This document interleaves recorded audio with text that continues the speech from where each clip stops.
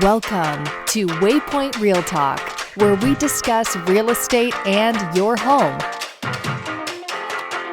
Let's get started with your hosts, Aaron Shishilla and Austin Heinz.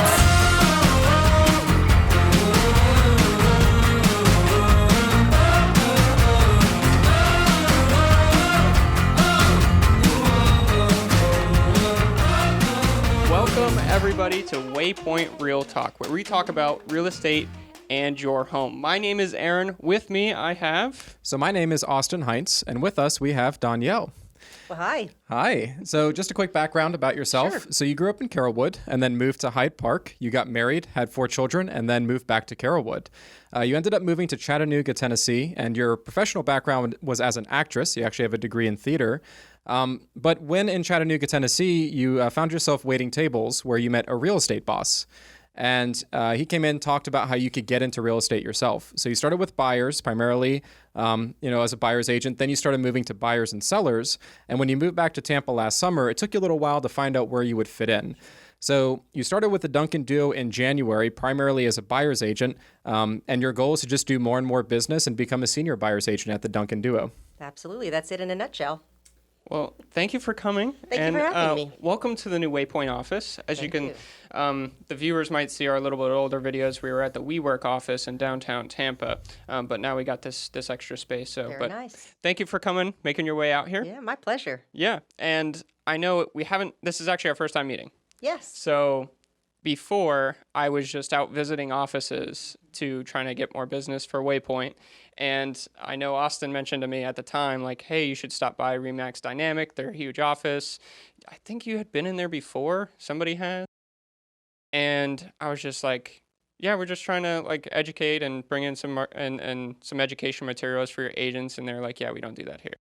And then I met with Andrew Duncan at the Real Producers event, Right. to where I could actually start talking and say, yeah, we actually need an inspector. And it worked out to where I was able to meet you on one of your calls. Right. Yes. So I appreciate you reaching out to me and saying Absolutely. that you wanted to come in here and then talk about first-time home buyers Yeah. and how critical it is, especially even 3 years out, Yeah. to start the process. And personally, I don't have a house yet, and Austin does not have a house either.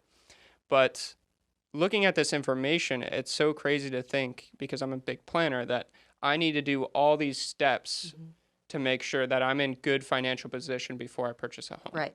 Right. Well, that doesn't mean that you can't buy a home for 3 years if you haven't started planning. I mean, Right. Even if you want to buy one from six months, 3 months, whatever, we can make it happen. But if you know that in the future, several years down the road, that this is a dream of yours, that this is something you want to make happen, there definitely are some steps as far out as 3 years that you can start taking to put yourself in good position to be ready. Right. And that's what we're going to talk about, and it starts out 3 years out. So if you're 20 and you're looking to purchase a home at 23, can you run through the steps that I should be doing when I'm 20 or I'm 18 and I want to purchase that home when I'm 21? Absolutely, or 23 or 25 or 35. 35, whatever. 40. But yeah, 3 years out at least, you can start saving. I mean, that's going to be the number one big thing. Save, save, save. There are a lot of things you have to save for. There's your down payment, which can vary anywhere from 0 to 20% or more, depending on what loan you get, what the type of financing you have. Closing costs. Closing costs are a buyer's expense. They can be negotiated for the seller to pay some or all of them, but they technically are a buyer's expense. They usually run about 2 to 5% of the purchase price of the loan, so that may be something you have to come out of pocket for. Then there's things like inspections and appraisals. Those are definitely buyer's expenses that have to come out of your pocket. And then there'll be some things that you probably haven't even thought of yet that might need to come out of your pocket. So saving as soon as you can and putting it away and not touching it is the number one thing to start doing even 3 years out. Right. And everyone talks about, save for your down payment. You mentioned closing costs, the inspections and appraisal. And everyone says, oh, you need to save so much money to buy a home. Let's actually think about that for a second. If you're purchasing a house, say the average, $200,000? Yeah, right around there, a little bit more. A little bit more? Okay, so if the average cost is $200,000, your down payment, so you avoid PMI, Right. which is property mortgage insurance. Private mortgage insurance. Private mortgage insurance, which is, a lot of people don't realize, an insurance that you have to pay because you didn't put enough down. Yes, pretty much. It's basically protecting the lender. Right. Should you default, they're insured or they're taken care of. Their investment in the property is insured. So it's basically like the same thing with credit. If you don't have or make enough money, they're going to lend you the money, but it's going to cost you more in the long run. Right, right. And yeah, private mortgage insurance, PMI is going to be on a loan unless you put at least 20% down. You're going to pay that as a monthly part of your mortgage is the PMI. Some loans, like the FHA loan, the PMI never falls off. The conventional loans, it'll fall off when you reach that 20% mark. Then your monthly mortgage payment will go down a little because you're not having to pay that anymore. Now, how much is the PMI? It depends on the price of the home. So, a lower priced home is going to have less, a higher priced home is going to have a little bit more. It could be upwards to $100 a month. So I've heard it was like 0.5% to 0.1% a year. That's a good rule of thumb. Of the total purchase price of the home. So if your Yeah. home is $100,000 for the sake of math, Sure. 1% of that would be $1,000 a year. So, and then it would be Divided by up- 12. Divided by 12. Right. From there. Right. So if your mortgage payment is just say $1,000, theoretically now your mortgage payment is $1,100 just because you didn't put 20% down. Exactly. And it's until you pay off that 20% amount. That's right. That's exactly Okay. right. Now, talking about inspections and appraisals, I thought that was something the seller paid for. No, because it's your appraisal. You're getting the appraisal on the property. Your lender will not lend more money than an appraiser says the property is worth. Okay. So you have to pay for the appraisal because it's your loan that you're getting. Right. Sometimes a lender will allow you to roll that cost into the mortgage, into the loan, but more often than not, that is something you have to come out of pocket for. A seller, I always recommend to sellers to go ahead and get an appraisal before they put their house on the market so that they can feel confident that the price they're putting it on the market for is a fair price for their property. Right. But that's pretty rare that a seller actually goes and does that because it is an expense around $500 or so. Well, it's the same thing with like a pre-listing inspection, I guess, Yes. from our side. Yes. We recommend it as a seller to get it because then you understand before I sell my home, hey, a lot of people are going to call out my roof for leaking or my electrical panel needs to be replaced before I get insurance. Right. But if an inspection, like I know personally from Waypoint, like it can cost anywhere from a really small house condo, townhome, from middle 350s upwards to if it's a huge house over $1,000, Right. especially if you start thinking about I want radon testing, mold testing, water testing, and all these other things. Yeah. How much should they save for the appraisal then? Appraisal, about $500. I mean, I generally tell people to save $1,000 to $1,200 for your appraisal and your inspection, give or take, and depending also, I mean, if this was a high-end buyer, then even more.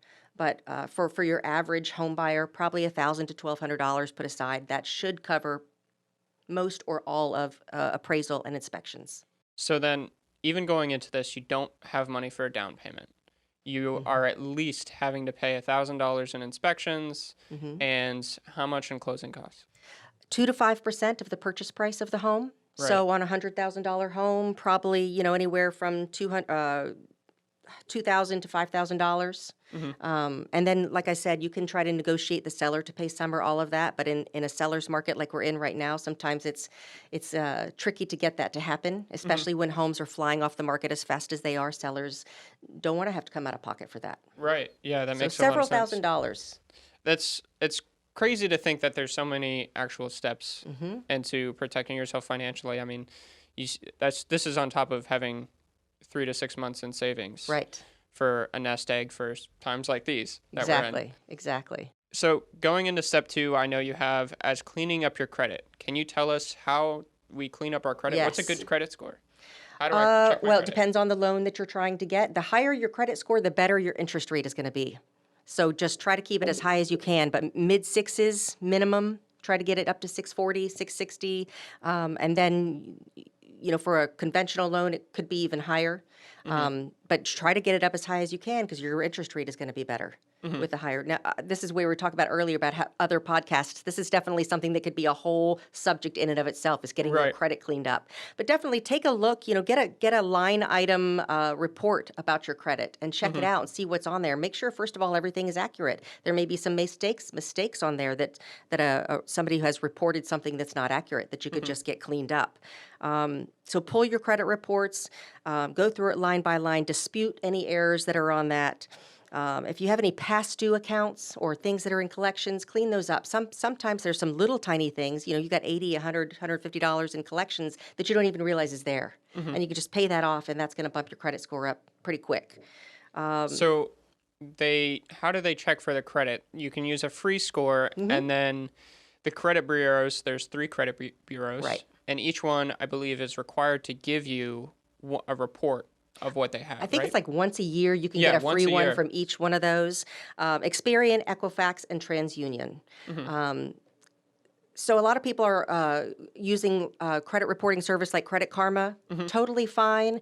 The only thing with Credit Karma and when you're getting a home loan is that Credit Karma uses a Vantage Score, which is similar to FICO. It's a credit reporting agency, but most Freddie Mac and Fannie Mae. Yes, Freddie Mae and Fannie. You got you it. say it. You got it. Freddie Mac and Fannie Mae require a FICO score on a home loan application. So you want to make sure that your FICO score is where it needs to be, and the Credit Karma uses the Vantage score. So it could be a little bit different. So try to go with a credit monitoring services that uses the FICO score. Okay. Yeah.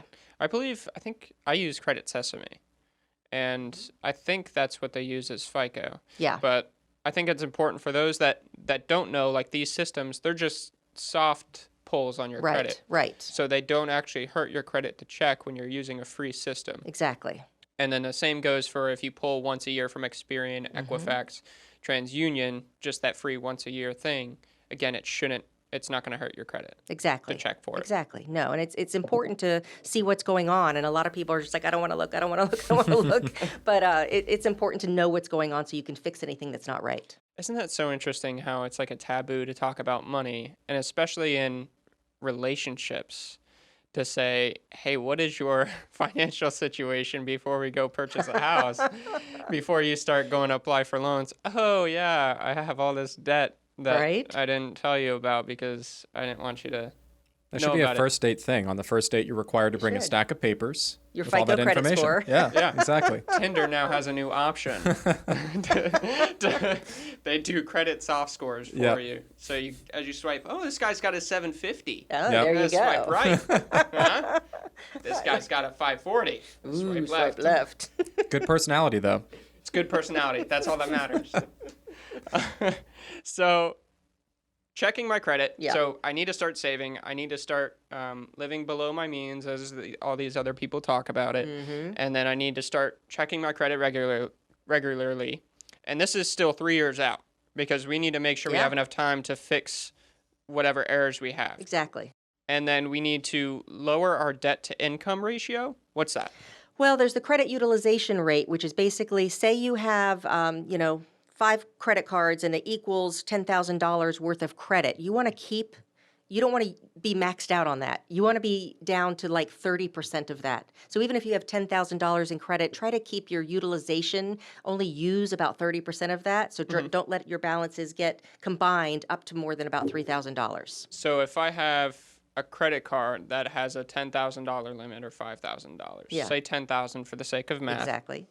I can only use $3,000. Well, you can use as much as you want, but I'm just saying to keep your credit score as high as possible, you want to keep that utilization rate under about 30%.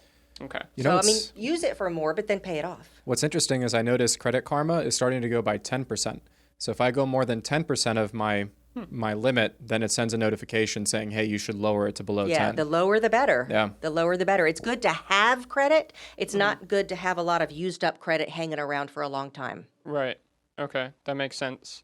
So if I lower my debt to income ratio by paying off, I guess you would just buy less on credit and use it on your debit card. right? Or You can use your pay credit off card, loans. just make sure you're paying it off. Yeah. Okay. And let me just clarify too, debt to income is a little bit different than credit utilization. Debt to income ratio is what a lender looks at to see if you're a good, if it's good to take a chance on you. Debt to income is where where you compare your amount of debt to the amount of income you have. Okay. And you want to have that around 35% or lower. Okay. So that's a little bit of a different thing that a lender will look at later. Your credit score is going to look at your credit utilization rate, which is what we just talked about. Which is the amount that you're using on credit cards. Yeah. Okay. And then your debt to income is how much income am I making and how Compared. much compared to how many loans I have?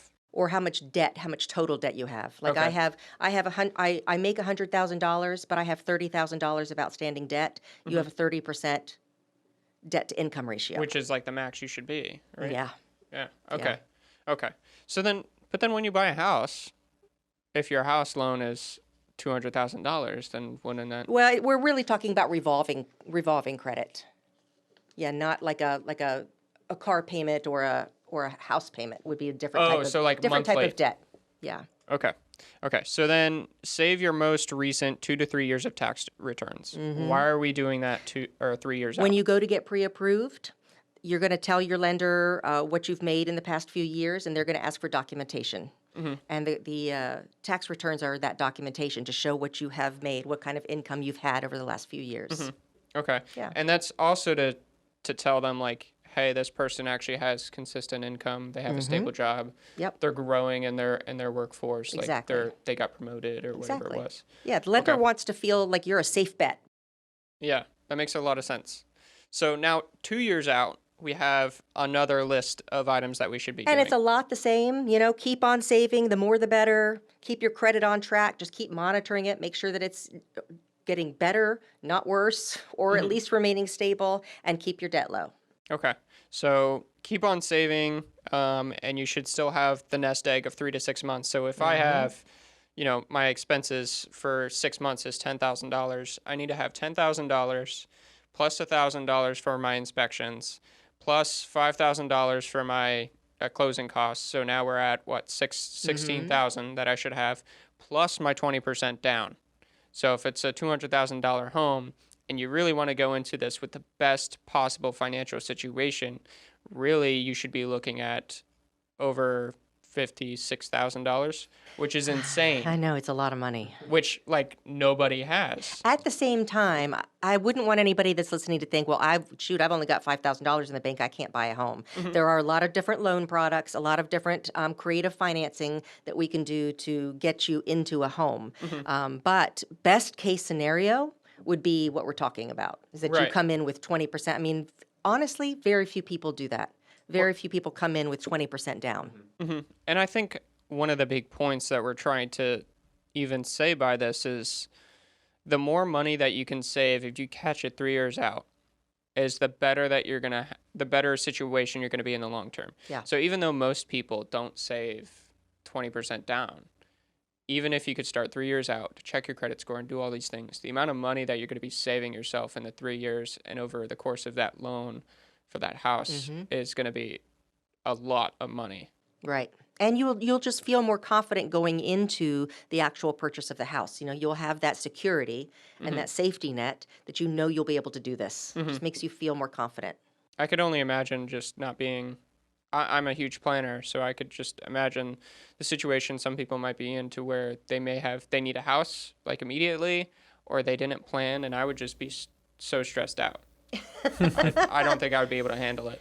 It can be stressful, but that's why it's good to work with somebody like myself who has the knowledge and the experience to be able to walk you through the process and just, educate you so that you're not stressed out and just kind of make it a smooth sailing type of situation. Right. So we got 1 year out, and then we're going to talk about a couple months out. So we're going to pause before we get to the Oh. 1 year out because it's time. Okay. It's time. Okay. Do we need to do a switch over? Yes. We're Okay. going to pause real quick, and then we'll be right back with the game. And we're back. Are we back? We're back. We're back. We're back. We're back. Ready for a game? Yeah, Okay. I love a game. Awesome. No peeking, okay? Yay. So we're going to play a game. It's called Florida Man or Not Florida Man. So I'm going to read you a news headline, and you have to guess, was that a Florida man or not a Florida man? Okay. All right? All right. If you get I'm ready. 3 out of the 5 correct, you're going to win a big prize. Big prize. Big prize. I will tell you the prize is in the room. And I can't hear myself. No? No. I can hear you. You can hear me? Mm-hmm. Am I unplugged? No. No? You're plugged in. We're recording you here as well. Okay. Yeah. Okay. It sounds like a personal problem. That's fine. I Okay. just went deaf. All right. Here we go with the first one. Okay. Man charged with pouring ketchup on girlfriend. Man charged with pouring ketchup on girlfriend. Mm-hmm. She didn't save enough. That's She only had a 540 credit score. she lied on her Tinder. Yep. I am going to say that is not a Florida man. That was a Florida man. Really? Yes. Well, could 50-50 chance there. It was. It happened in Pinellas Park, actually. Pinellas Park? Yep. Wow, I'm Dude, I'm embarrassed. telling you. I'm that embarrassed for him. Pinellas County has just got a lot of Florida men. All right. Second one. All right, here we go. Woman lets snake bite baby as learning opportunity. I am going to, well, that's not a Florida man at all, but I would say that's a Florida woman because we do have a lot of snakes, so I'm saying yes. That is correct. Woo! Yep. Happened in Sebring. She let a rat snake bite her 1-year-old daughter. And she has no regrets, in case you are wondering. Oh, well, I'm so Is glad. the kid okay? I don't know. You don't We know. should follow up on that I story. wonder what kind of snake Yeah. it was. All right. Oh, A rat you snake. said a rat snake. Yeah. Okay, so Yeah. the kid's fine. Moving on. All right, so we're 1 for 1. All right. Man had 800 pounds of stolen lemons. Man had 800 pounds of stolen lemons. Being as we are in Florida and citrus is a big deal, I'm going to go yes, that's a Florida man. Nope. Ah! That was a California man. Ah, well, Yep. they have citrus too. They do have citrus, too. There's All right. California man in there. So I basically would have to get the next 2 right to have a shot. Yeah. Yes. Okay. Yeah. Well, Yes. Here we go. If I'll tell you what. If you don't get the next 2, you'd be the first person that would ever lose this game. So you'll get that. God, the pressure. Way to represent your office. Right? Oh, Lord. But we'll give you a prize of lame. Okay. That sounds great. All right, All right. here we go. Jaguar claws woman who climbed a zoo barrier to take selfie. Say it one more time. Jaguar claws woman who climbed zoo barrier to take selfie. Definitely a Florida woman. No. Jeez. Arizona. It's an Arizona woman. Arizona. At the okay, Wildlife these people World could Zoo be in anywhere. Phoenix. They I could be. object. That's the fun part of the game. Okay. Everyone else has gotten it. Come All on. right. Wait, but that means the game ends, right? Well, 'Cause you know, need just to for get fun. to- Just give me the last Okay, one for all right. fun. Make me feel better. Maybe. Woman seeks court approval to change daughter's middle name to Awesome. No, that is not a Florida woman because that definitely sounds like somebody from California. That was an Alaska woman. Oh, Alaska. Yep. Really? Yep. So you got 2. Well, That's okay. That not means bad. you Not win the bad. prize of lame. do you think All right. So let me grab the prize of lame for you. Be right prize back. of lame? Oh, there's an actual prize for it? I was just going to give her the big prize. Oh, okay. Great. So the game was pointless. You get the prize either way. This is the prize of lame. Oh, that's awesome. Isn't that great? Friends, family, and football. Do you like football? I do. It's my favorite Oh. sport to watch. Awesome. And I'm so excited for the new football season with Tom and Brady. Gronk. Yep. Was not a big Tom Wow. fan before, but now that he's a Buccaneer, I think he's the best. There you go. Yeah. There you go. That's team loyalty. That's a good attitude to go Yeah. into it. Now Absolutely. he's the best. Yep. All right, let's get back on track. All right. I need to take away that prize then, because that works well for you. You need a lame one. No, she can keep the prize. You didn't win. Oh, man. All Getting right. too tough here. It's supposed to be a lighthearted, family-friendly podcast. Now I'm sweating. I'm just the pressure. Nope, not here. All right, so back into it. I want to talk a little bit about your office, because your office is a little bit different. And in my emails with you, you have a signature in your email at the end of your emails. Everyone does. What does that signature say? I'm not sure. Are you referring to the buyer specialist? No, I'm referring to the stats at the bottom. Oh, yes, because we are the #1 RE/MAX team in Florida and #5 in the country.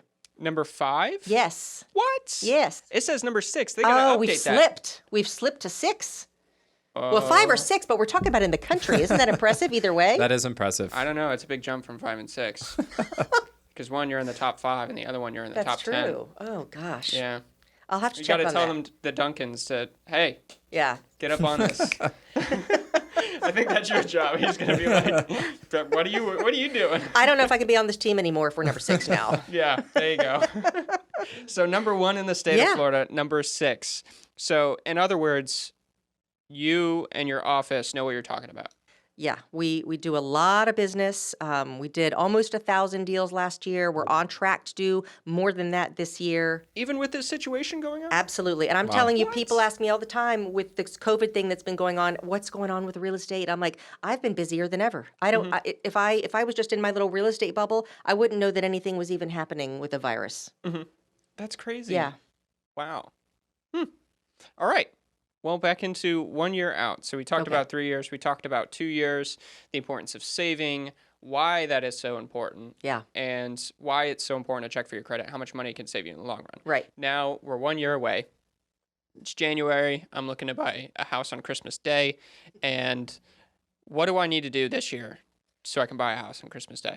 First thing I would say, even a year out, is to start interviewing lenders and go ahead and get pre-approved. Okay. Some people might think that's a little bit too soon, but there's a lot of lenders out there. They're all different. They all offer different products. They have different rates. They have different fees. You should, just like when you're buying a car, you wouldn't buy the first car you see. I never would recommend necessarily going with the first lender you talk to, unless you talk to 2 or 3 others, and then you just decide that's the best one for you.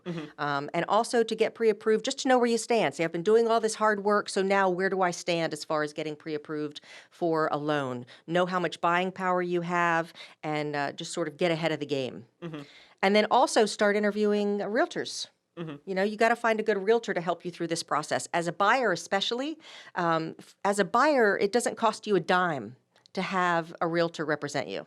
A lot of people don't realize that, but realtors' commissions are paid by a seller. A seller pays the buyer side commission and the seller side commission. So why somebody wouldn't want to work with a realtor as a buyer, I have no idea. It's good to have somebody professional that has the experience and the knowledge to help you through the process. Right. And you know, you want to find one that you're going to be compatible with, somebody that is going to work hard for you, and that one that's going to recommend Waypoint. yeah, one one that works with Waypoint and is an agent with the Duncan duo. Yeah. There you go. There you go. There you go. You took your chance and you did it. Absolutely. So- Got to dive in. Yeah. Interviewing lenders, interviewing realtors. What do I need to ask them? Like, do I just need to make sure I get along with them? Do I need to ask for This is past another sales? thing that I think could be a whole nother topic. But you want to ask lots of different questions. You want to ask them, you know, tell me about your experience. How long have you been in the business? How many deals do you do a year? Do you specialize on certain neighborhoods, in certain neighborhoods? What do you recommend I do as far as getting financially ready? You know, you might want to even ask them some questions that you know the answers to, just to see if they're of the same, you know, mind frame as you are. But yeah, I could do a whole top 10 of these are things you should look for in a realtor when you're trying to find somebody to represent you in your first purchase or your 30th purchase. It doesn't matter. Right. Well, it's Yeah. interesting with realtors, I think, because it's hard to know who you're actually talking to, because a lot of times I think they come from friends and family and acquaintances, but 20% of the realtors do 80% of the business. That's right. Isn't that Yeah. like the stat? Yeah. So you could be talking to a real estate agent, but one, they're not a realtor, which is Right. they're different ethics Yes. and Exactly. held to higher standards. But then also they could just say, yeah, I'm a realtor. I pay the fees monthly and I do this as a part-time thing. So I don't really know what I'm doing. Yeah. I think we should touch on that a little bit more, the difference between a real estate agent and a realtor, because most people don't realize there is a difference. A real estate agent is anybody that has their real estate license. A realtor is a real estate agent who's also a member of the National Association of Realtors. Okay. And it's like you said, we are held to a higher standard ethically. And that's important, I think, as a consumer, to know that somebody is going to represent you in the highest ethical possible way. Right. And then you mentioned too, also family, friends, acquaintances. A lot of people, I mean, everybody knows somebody that's a realtor. But I always think maybe it could be kind of, a lot of deals sometimes have issues. And sometimes it can be a sticky situation if you're dealing with, your Aunt Marge and she does something My in-law. real estate wise that isn't the best choice for you. You don't want that relationship, that, aunt and niece or nephew relationship to get damaged because of something that happened in business. The other thing I always liken it to is for most people, buying a home is going to be the biggest financial investment of their life. And so it's really important who you choose to represent you in that. Just like if you were going to go have an operation for something, some ailment that you had, you would interview many doctors and you would want the best doctor. You wouldn't just use, Uncle Joe because he's your uncle. You would want to know if Uncle Joe had the experience and the knowledge to do the best job for you because it's Right. that important. Right. Well, I even know there's like a statistic out there for purchasing a home. You could save during the home transaction process and getting a good realtor that negotiates for you. I think the average saving is like $14,000. Oh, yeah? Yeah. I don't doubt it. That sounds Yeah. It came sounds from right. Porch.com. Have you heard of Porch? No, I'll have Yeah. to check that out. Yeah, we have. I'll show you or tell you about them. Okay. But basically, they wrote an article and took some statistic that said during the average transaction, they saved $14,000 from the sale price of the home or whatever it was listed for. I don't know if it's they just came in with a lower number or if it's because of the inspection. Is it because of the realtor said, hey, yeah, I'm going to negotiate with you and say like this price isn't Right, the right fit right. because of these X, Y, and Z. Right. But just knowing that information, having a really good realtor and doing your due diligence, I think could be really important to saving just 10 grand. Absolutely. That's a lot of money. Yeah. Yeah. I mean, how hard is it for you to save 10 grand? I mean, for a lot of people, it's very difficult. Yeah. I mean, Yeah. that's a good chunk of change. So and there is a lot of opportunities, lots of different situations for negotiation and whatnot in that process that you want somebody savvy and somebody knowledgeable to know how to save you that money. So going into 3 to 6 months out and then 0 to 3, what should we be doing? Start canvassing neighborhoods. Get out there and take a look at the areas that you think you're interested in. Drive by them. Go out there during different times of the day, on the weekends and the weeknights. Even walk through the neighborhoods at different times of the day or night, just to kind of see, is this going to be a place that's going to feel comfortable for us and our family? Is it a fit for us? That's definitely something to do. Even maybe to go to open houses. Go check out some open houses, especially open houses that are sort of in that price range and that type of home that you're wanting. Go to those types of open houses because you will be able to see what your dollar is going to get you and what kind of features and amenities you're going to get at certain homes in that price point. I think it's important to mention now you should know before you start saving and everything what your goal is and how much house you can truly afford with how much you're making, how much you should be paying on as a mortgage payment. Which, interesting fact, we're actually, I think it's this week, at the end of this week or next week, we're recording another podcast with a lender to where we're going to talk about how much house can someone truly afford. Awesome. So I think that would be a good way for people to listen in on and say, this is how much house I can truly afford. And then once they get to this part to where they're going to open houses, they know which houses they need to look at. Because I think a lot of people might go into open houses, and especially realtors might say, yeah, I'm showing this beautiful house.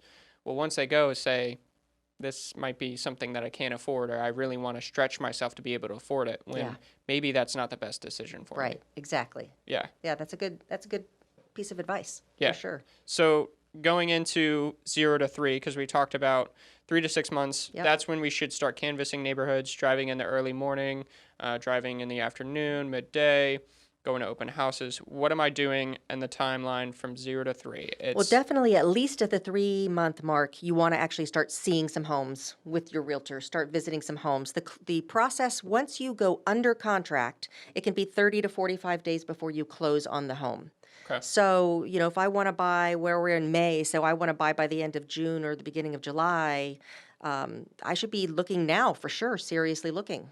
Because you might find the home your first day you're out, but it might take, visiting different homes 2 or 3 times. Maybe it's a 2 or 3 week process before you find the perfect home that you feel like is the one for you. And then it's 30 to 45 days out from there. So it's never a bad idea at that 3, even 4-month mark to really get with your realtor and hit the road and start seeing the inside of some homes. So when people are viewing houses with you, how long does it usually take before they find a house that they like? It all depends on them, their personality, and their situation. Because some of them come to you and say, "Boy, I didn't really plan well enough, and I've got to be out of my apartment by the end of next month." And then you're on the fast track, and so you kind of try to get it done super quick. Other people say, I've got a little bit of time. I can go month to month on my lease for a little while, and so then you start looking and take a little bit longer. But and it's also big part of it is personality-wise. Some people are real go-getters, and once they start looking, they're determined, and they're going to find that house, and they do it. And other people really, really are just more of a slow, easygoing personality. They want to take their time and really make sure they do their due diligence And chart it choosing a out, home. graph it out like Austin would. Yep. Spreadsheets. Spreadsheets, That's what I do. absolutely. Yep, 3 bedrooms, 2 baths. This one's an open floor plan. The toilet seat was too low on this one. He would Yep. have that. I would. It is true. And I, as a closing gift, would simply buy you a brand new toilet. Perfect. Yes. Thank you. Austin, you're going to close on this house. Yep. And we'll buy you a new toilet. It's going to be fine. A custom toilet. There you even. go. Custom, yes. Gold. Custom. Gold. Gold. Oh, That's Lord, kind of that's- expensive. Yeah, they may be pushing it. Okay. Sorry. We could spray paint it gold. There you go. That works. Okay, so 0 to 3 months. Now I'm looking to purchase a home. Yeah. We're kind of getting on the edge of concluding here. Why does it take, you mentioned earlier, 30 to 45 days before you close on a house? Wow, the loan process mostly. As soon as you close, as soon as you have a signed contract, we're going to get that signed contract over to the lender. And then there's a lot of things that have to happen. There's usually a 7 to 12, day due diligence period. That's when you're going to do your inspections and negotiate any inspections. Then the loan process takes a little while. There's just, all the documents have to come in that support everything that the lender needs. It has to go to underwriting. Underwriting's going to check everything, make sure all the T's are crossed, the I's are dotted. Then the appraiser has to go out and check it out. We have to wait for the appraiser's report. Typically, there would need a survey company to go out and do a survey of the property. So there's just a lot of things behind the scenes that are happening to make sure that we can get to the closing table and that the lender is satisfied, that the underwriters are going to give us the thumbs up. And so it can be done a little bit faster sometimes if you have to, but 30 to 40, 45 days is not a bad planning period to think that's how long it's going to take. Usually it's closer to 30, but you never know.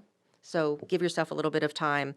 And then eventually towards the end of that, the lender is going to say you have a clear to close. And those are my favorite words. So my favorite words of all time are clear to close. That means you can show up at the closing table and sign your life away and enjoy lovely. homeownership. Yep. Enjoy your new toilet. Yep. Yes, Your toilet your seat. gold toilet. Well, I think that pretty much concludes it. Yeah.